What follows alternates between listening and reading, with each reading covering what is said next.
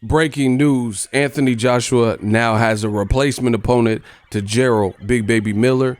That person is Andy Ruiz. What up, Fight World? It's your boy Ego, and I'm back with some more boxing. Make sure you smash the like button. Also, subscribe to the channel for the latest and greatest unboxing if you want to become part of the gang. Notification gang, please hit the bell icon. Shout out to the Super Chat channel donations, the Venmo donations, and the Patreon family. We working now. It has been confirmed by Matchroom Boxing that Joshua's replacement opponent in lieu of Jarrell Miller failing several drug tests is none other than Andy Ruiz. As you guys see on the screen, it says confirmed Anthony Joshua will defend his world heavyweight titles against Andy Ruiz Jr. June 1st at the Garden. They even have a flyer. So for the WBA, IBF, WBO, and IBO World Heavyweight titles, June 1st, Madison Square Garden, New York. This is the official replacement. I want to give my thoughts. You know, we're going to look through some of the comments. I think this is a solid save. You know, Andy Ruiz Jr. is an Al Haymon fighter. So let's be clear. He was with Top Rank, had one title shot with Joseph Parker, lost close. Some people even thought Andy Ruiz won, lost a split decision. And he really kind of disappeared after that point where you didn't really see him fighting too much. For some reason, he wasn't happy with Top Rank, got out of his contract or got bought out or whatever happened. And then he's been with Al Haymon. He just fought, I believe it was on the Danny Garcia, Adrian Granados card. It was on a recent PBC card. He got a stoppage, I believe, against Dimitrenko. And now he's fighting Joshua. So hell of an opportunity. And for those who said that Andy Ruiz, well, actually, let me skip that. The people who said that Al Haymon messed it up for Luis Ortiz, this is further proof that that's bullshit. It sounds like there was some discord with Luis Ortiz's promoter, you know, Dade Promotions, which made some headlines. But Al Haymon is putting an Al Haymon fighter in there in place of Jarrell Miller, and they needed somebody. This is a Mexican American, so you know, I don't know what people think about Andy Ruiz, but I follow his career.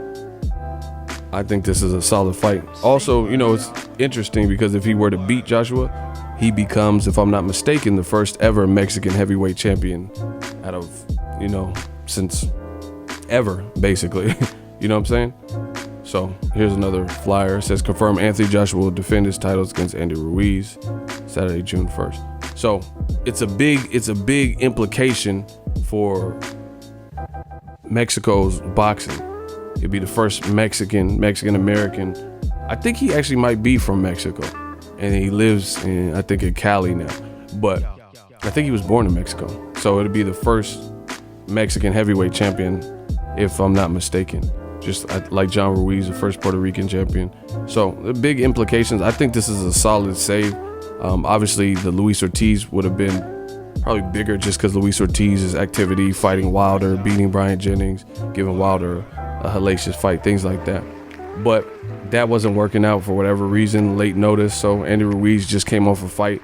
He was able to get it. He's probably making a career high payday. I don't really know what he got versus Joseph Parker. I think they fought in New Zealand or somewhere. But it's a good opportunity for him, for sure. Andy Ruiz, don't judge him based on his body type. He's like, you know, certain guys like Butterbean or, you know, Adam Kanowski, they don't look like crazy, but Andy Ruiz he's deceptive. If you look at his body type, he doesn't look too tall, and he doesn't even really look athletic, but he's actually pretty athletic. He has an amateur background. He fought the guy that Dillian White's about to fight, Oscar Rivas, in the amateurs. He also has an amateur pedigree, and he has deceptively fast hands. So just the late switch from a Jarrell Miller, 317-pound, a little bit taller fighter. I don't know Ruiz's actual height, probably 6'2 and a half, 6'2. Miller was about 6'4, 6'4 and a half. And it could be interesting. Joshua sometimes fades, but he was training for a 317-pound, 6'4 guy. Now he's fighting someone smaller with faster hands. different style. So anytime you disrupt that, maybe it's going to be interesting. So I'm not mad at this. I'm not mad at this one bit. Let's see what the fans are saying as far as the fight. See if they like it. Ruiz is a better boxer than Miller, to be fair. Fast hands for a fat lad. Still, Joshua stops him in 6. Pay-per-view at 4 in the morning against an obese man with a 4-week camp. Can't wait. See, that's actually the one thing I will say is the fact that it's so last minute. If we were to see it, it would have been nicer if the failed drug test, the HGH, EPO, and G14 class, for all the stuff that he failed for, it would have been better if it happened sooner. So, at least whoever the replacement was had a little bit more time to train. But as soon as he found out his team was negotiating, most likely he probably started immediately. So maybe he had about 5 weeks to train.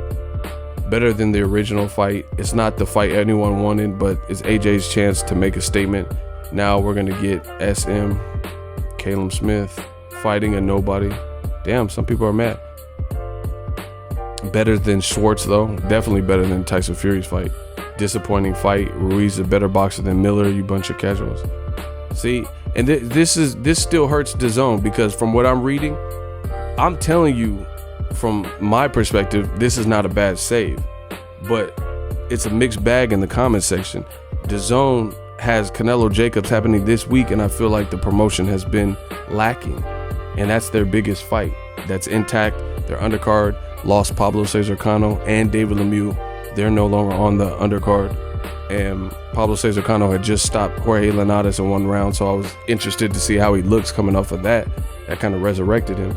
And then David Lemieux is always a fan-friendly fighter. That's no longer on Canelo Jacobs. So you really got the main event to be looking forward to. Then Joshua was supposed to fight Miller, a Brooklynite, trash talker who pushed him, had a run-in when he was carrying all the belts like this and all that. And now we're not getting that. We're getting Andy Ruiz. Me, again, I don't think this is a bad save personally, because I followed Andy Ruiz's whole career. However, you see how people are reacting to it. It's a mixed bag. So, I don't know what type of traction DAZN is going to get from this being the replacement fight. But please, in my comment section, leave your comments and let me know if you like it. Let's go, champ. Someone says it's a blockbuster. Big KO, AJ.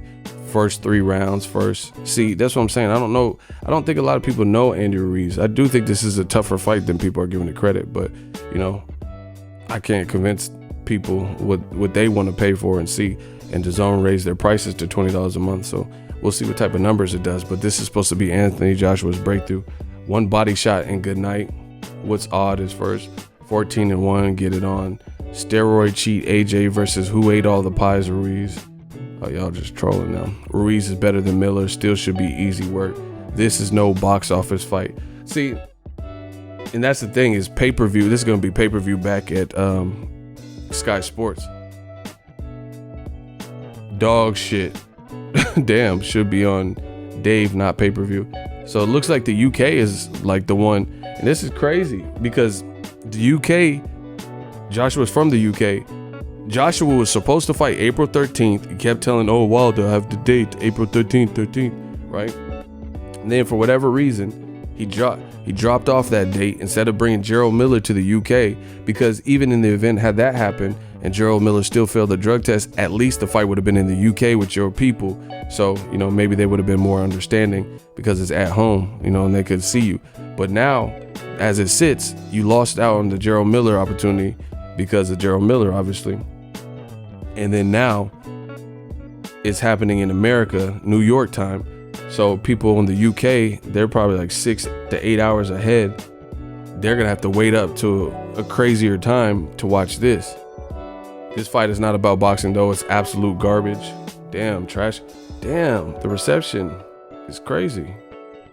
See, I don't think a lot of people know who Andy Ruiz is. And that's the thing. Top Rank, after the Joseph Parker fight, he wasn't really fighting. So, this is, I don't know. I'm just going to keep reading some of the perceptions. No laughing up the back. Another great 50-50 matchup. Fair test, should be a good fight. This shouldn't be pay-per-view. It should be on free-to-air channel, Dave. So it sounds like a lot of the UK fans are actually mad because it shouldn't be pay-per-view in their mind. Good replacement pay-per-view, though? No, not a chance. So, yeah, the Jarrell Miller mishap And this is on Matchroom's actual page, so I'm assuming a lot of their fans.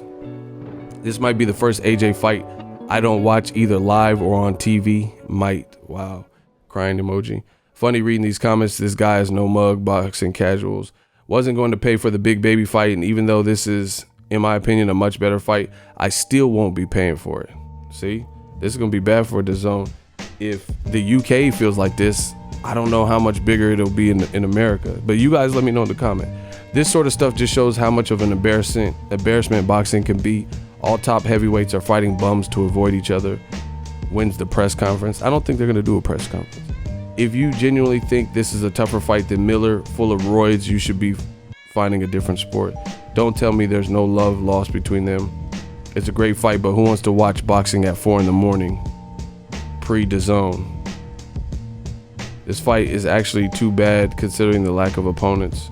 Isn't actually too bad. Will be good to see AJ get back to his destructive ways with an opponent who will trade leather. In the photo, Ruiz looks like he's eyeing up the breakfast buffet from a lengthy queue waiting for it. Wow. Proof once again that outside the top 5 heavyweight division is pretty poor. So, you guys can go look at it. I'm not going to read all these comments. I see they have chosen the most flattering Photoshop photo of Ruiz that ever existed. Former opponents like Pez. Current opponent like Pez. Easy work. I won't be paying for that. Golden Goose, LOL. Joshua will win, but it's a good fight. It's gonna get box office. So yeah, it looks like a lot of people don't want to go away. They're mad at the pay-per-view. This is a terrible fight that no boxing fan wants to see. Cancel the show. Y'all going in shit. And this is on, don't blame me, because I know I see. Here's what they think about you. Here's what they think about you. I'm not saying this. I don't think it's that bad as some of the comments, but hey, this is how the fans feel. I follow Andy Ruiz's career. Like I said, he has deceptively fast hands, amateur pedigree. I think it could be a tough fight, but some fights just don't resonate with people. Like Pacquiao, Jeff Horn, people didn't want to see that, and it turned out to be a good fight. So I guess we'll have to see. Let me know in the comment section if you're up for it. That overall response is not necessarily a good indication, though, in terms of this was supposed to be Joshua's, so to speak, coming out party for American stardom, and people are talking about, I'm not paying for that, I don't want to see that. DAZN raised their prices. I think DAZN's probably, I don't know if they're gonna work with Jarrell Miller again, because he threw them for a loop with this type of shit. Because people seem to be kind of upset about this pick. So you don't know how much money was behind it. I don't know how much money they're offering to Joshua, but those are some genuine fan reactions. This is breaking news. This just happened. That is the opponent. Let me know if you like it, if you're paying for it. Drop all that in the comment section. Joshua just has to do his best. Andy Ruiz has to do his best under the terms. Let me know if this is, a fight you're going to be paying for. But the other thing, like I told you, Gennady Golovkin. New media's just been killing it. We just been killing. That's just what it is. I told you Golovkin shouldn't be fighting Steve Rolls, because at least this is on June 1st, right? So at the very least, even if people didn't like this fight, they would still maybe pay for the month of June if Triple G was fighting a better fight on DAZN. You feel what I'm saying? Like if Triple G was fighting Andrade, then you would get this fight, whether you like it so much or not, but you would definitely probably want to see Triple G versus Andrade. But instead they put Triple G in there with Steve Rolls, who no one's heard of, and they're putting it in New York, same building. So 2 fights in New York, and these are the fights, within the same month. I don't know what type of response it's gonna get, but let me know y'all response. This is breaking news. Joshua Ruiz Jr. Let me know what you guys think of the fight. But I don't think people should overly judge his his physique and shit, because Andy Ruiz, he could scrap. You can't just go off of that. But huge opportunity for him. The Luis Ortiz fight didn't work. Obviously, people would have. I don't think the reception would have been like that. And that's the thing. When some of these guys step in last minute, they haven't been built and they haven't been given the type of exposure. So the promoters got to work to build you know, more evenly. So when you need a heavyweight opponent, it's not just like, oh, we only want to see you fight one of 5 guys, and if you don't fight them, then we haven't heard of them.